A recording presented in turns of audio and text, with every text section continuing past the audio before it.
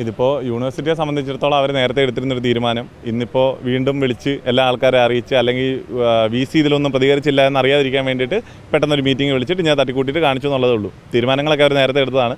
ഇതിലെന്തായാലും വിദ്യാർത്ഥികളെ ദ്രോഹിക്കണം എന്നുള്ള രീതിയിൽ തന്നെയാണ് അവരുടെ തീരുമാനം.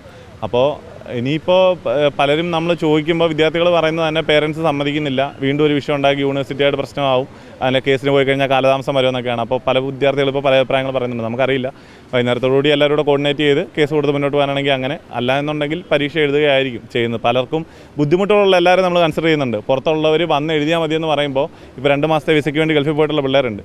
അവരെയൊക്കെ തിരിച്ചു കൊണ്ടുവരിക എന്നുള്ളത് എങ്ങനെയാണ് ഇവർ ഉദ്ദേശിക്കുന്നത് മനസ്സിലായി. 22-ാം തീയതി വന്ന് എഴുതിയാൽ മതി, അങ്ങനെ ഒരു ഓപ്ഷൻ നിങ്ങൾക്ക് തരാമെന്ന് വെക്കുമ്പോൾ ആ വിദ്യാർത്ഥിക്ക് അത് എഴുതാൻ പറ്റുന്ന സാഹചര്യം എന്നുള്ളത് നോക്കണ്ടേ. ഈ 2 ലക്ഷം രൂപ 3 ലക്ഷം രൂപയൊക്കെ കൊടുത്ത് ഗൾഫിൽ പോയിട്ടുള്ളവർ തിരിച്ചു വന്ന് ഈ പരീക്ഷ എഴുതണം, അല്ലെന്നുണ്ടെങ്കിൽ അവൻ സപ്ലൈ ആയാൽ MBA വെറുതെ പോയി എന്ന് പറയുന്ന ആ ഒരു സാഹചര്യത്തെ അവർ കണക്കിലാക്കുന്നില്ല. ബാക്കി ഇനി എന്താണെന്ന് വെച്ചാൽ വരും വഴി കാണാമെന്ന് വിചാരിക്കുന്നു.